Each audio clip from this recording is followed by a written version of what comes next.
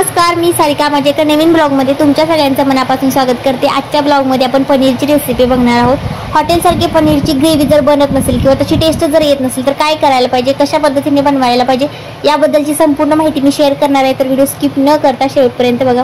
तर आपल्याला ग्रेव्हीसाठी काय काय लागणार आहे बघा। टोमॅटो, मिरची, 10 ते 12 लसणाच्या पाकळ्या, थोडासा कढीपत्ता, त्यानंतर 4-5 काजू आणि थोडंसं आलं आपल्याला मिक्सरमध्ये बारीक करून घ्यायचं आहे, बिना भाजता असं कच्चंच।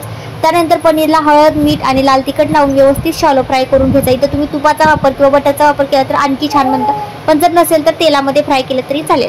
आता आपण ग्रेव्ही तयार करायचं काय काय म्हणजे कसं करायचं, फोडणी कशी टाकायची ते सांगणार आहे। 2 चमचे तेल घेतलेलं आहे कढईमध्ये, त्यानंतर त्यामध्ये 2 इलायची टाकलेली आहे, थोडंसं जिरं, इथं तुम्ही दालचिनी, लवंग सुद्धा टाकू शकता, तेजपत्ता। त्यानंतर इथं मी 3 कांदे घेतलेले आहेत मोठे चिरून। जास्तीत जास्त कांदा वापरायचा आहे कारण यामुळे ग्रेव्हीला खूप छान टेस्ट येते किंवा ग्रेव्ही आहे ती जास्त थिक बनते। आता कांदा आहे तो आपल्याला लालसर होईपर्यंत व्यवस्थित मस्त असा भाजून घ्यायचा आहे। त्यानंतर यामध्ये आपल्याला लाल तिखट, पनीर मसाला आणि थोडासा गरम मसाला आवश्यकतेनुसार तुम्हाला जे हवा आहे तेवढं ॲड करून, त्यानंतर आपण जी टोमॅटोची प्युरी बनवली होती ती आपल्याला यामध्ये टाकून व्यवस्थित मिक्स करून घ्यायचं आणि तेल सुटेपर्यंत वाट बघायची। आता इथं तेल सुटते तोपर्यंत आपण पनीरला दही आहे ते लावून घ्यायचं, 2 ते 3 चमचे दही।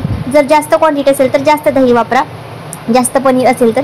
आणि त्यानंतर बघा ग्रेव्हीला तेल सुटायला सुरुवात झालेली आहे। आता यामध्ये आपण जे दही लावलेलं पनीर आहे ते ॲड करून व्यवस्थित मिक्स करून घ्यायचं, छान असं बघा। तुम्ही आहे असं सुद्धा खाऊ शकता। त्यानंतर तुम्हाला आवश्यकतेनुसार त्यामध्ये पाणी ओतायचं आहे, थोडीशी कोथिंबीर टाकायची आहे आणि 4 ते 5 मिनिटं मस्त शिजू द्यायचं आहे। बघा छान असं आपलं पनीरची ग्रेव्ही तयार झाली आहे, खूप सुंदर अशी टेस्ट लागते। त्याचबरोबर सेम म्हणजे ज्या पद्धतीने हॉटेलमध्ये त्याची टेस्ट असते सेम टू सेम दिसायलाही तसंच दिसतं आणि खायला चव सुद्धा तशीच लागते।